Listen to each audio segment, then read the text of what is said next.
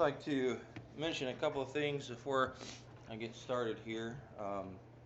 For the Wednesday night, well, the midweek 2 minute message that I was doing, um, obviously things have gotten a little bit busy. I'm going to start that again after the first of the year. So if you guys are wondering where that went, it's still going to happen, but I'm going to have to put a reminder to myself in some different places to do that because you forget a couple of times and then you lose habit and then it just ends up stopping. You ever had anything like that? No, nothing. Okay, so that will begin again after the first of the year and try to dial in and get that done every week. So it's something that you can expect and something that we can all enjoy and fellowship in together. So um, wanted to mention that before I got going. Um, Also, I don't know, and this is just kind of a side note, and I don't know if I should save this for another lesson entirely or not, but I don't know. You just wanted to bring your guys' attention to the militancy with which uh, the atheists are pushing these days. I saw the National American Atheist Association or American Atheist Association or whatever it is. They put up a billboard, several of them, they were funded, and on the billboard it had a child with a pen, putting a pen to paper with a little Santa hat on, and the caption next to it says, "All I want for Christmas is to skip church because I'm too old for fairy tales." I don't know if you've seen that or not, but things like that are going on. I want us to be mindful of it and how militant they are and how they desire to tear things like that down. And just recently, also a small town in Alabama, we're going to have their uh, yearly annual Christmas parade, and they were going to theme it something obviously religious or whatever. It's just what they do. Um, and I guess this could probably fall under not only religious freedom that we're supposed to be having in this country, um, but also under the fact that atheists are being really, really militant right now. But anyway, they were going to have this parade, and from what I understand, there was one individual in the town that got upset about it, and it was, as you know, the squeaky wheel gets the grease, and um, atheists from Wisconsin, a group of atheists from Wisconsin descended on a town in Alabama and got them to not use those particular themes in their parade. Unbelievable. And so if you believe that we can just kind of sit idly by and not make our voices heard, then you're mistaken. Now obviously there are tactful ways in order that we should do those types of things, but having a pulpit and an opportunity to speak and to say and to say those things and to warn my brothers, I believe that this is as good an opportunity as any to make those things be known, just in case you didn't see or hear that. We need to be knowledgeable as to the things that are going on outside the world, and then we also need to be reminded that we should be ready to give an answer to everyone that asks a reason of the hope that lies within us with meekness and fear. So remember those things. Um, I told Dixon that I'd like to have that song sung, and it really grooved with my lesson more than I thought it would. Every verse, really, in that last song that we sung, really uh, has a lot to do with my lesson. So um, this morning, I would like for you to make your way over to Colossians chapter 1, verses 26 and 27, and we'll read that together this morning. Colossians chapter 1, verse 26 and 27.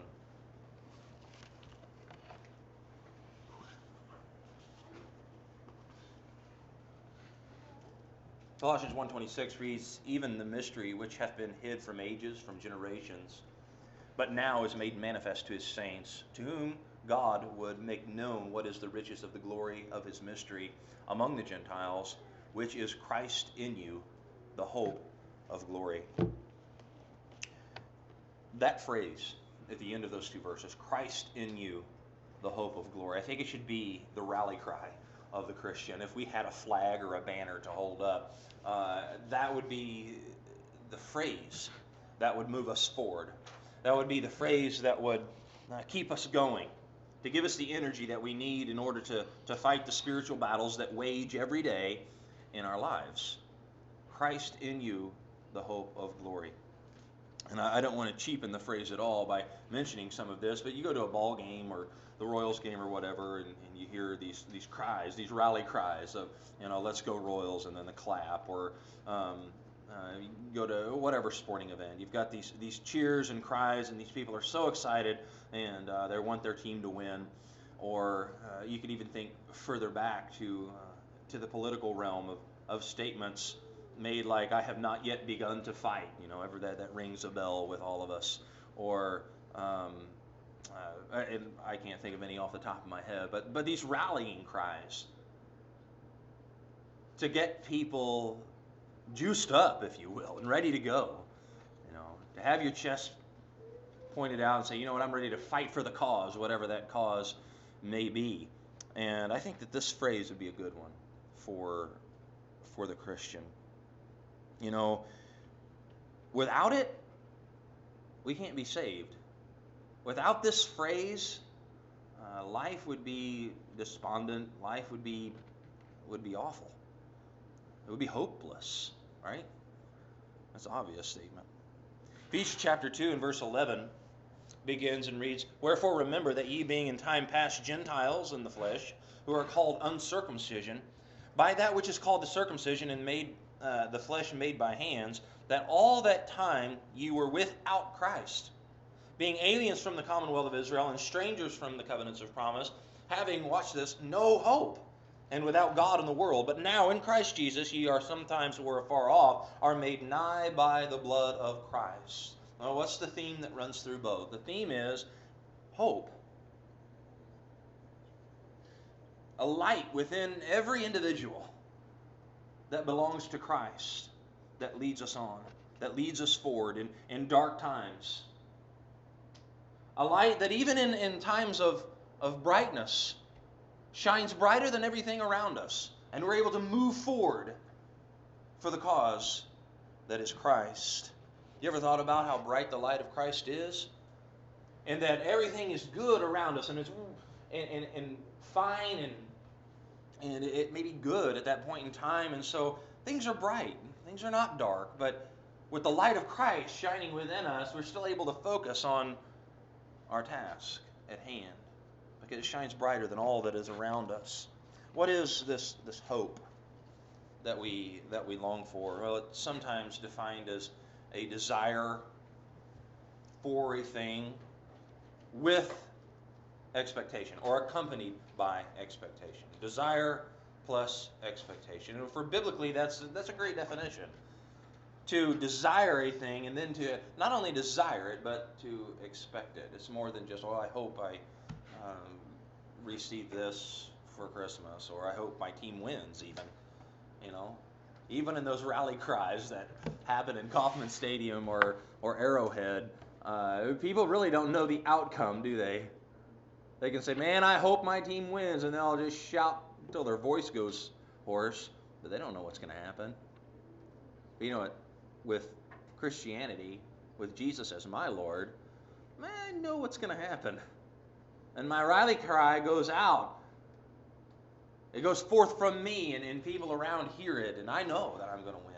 I know that my victory is in Christ. And all I'm doing is I'm calling to myself more troops. I know I'm going to heaven. I know that victory is mine. I just want more people to come with me. And that's the attitude to have as Christians. We use the word loosely. I mean, I do it from time to time.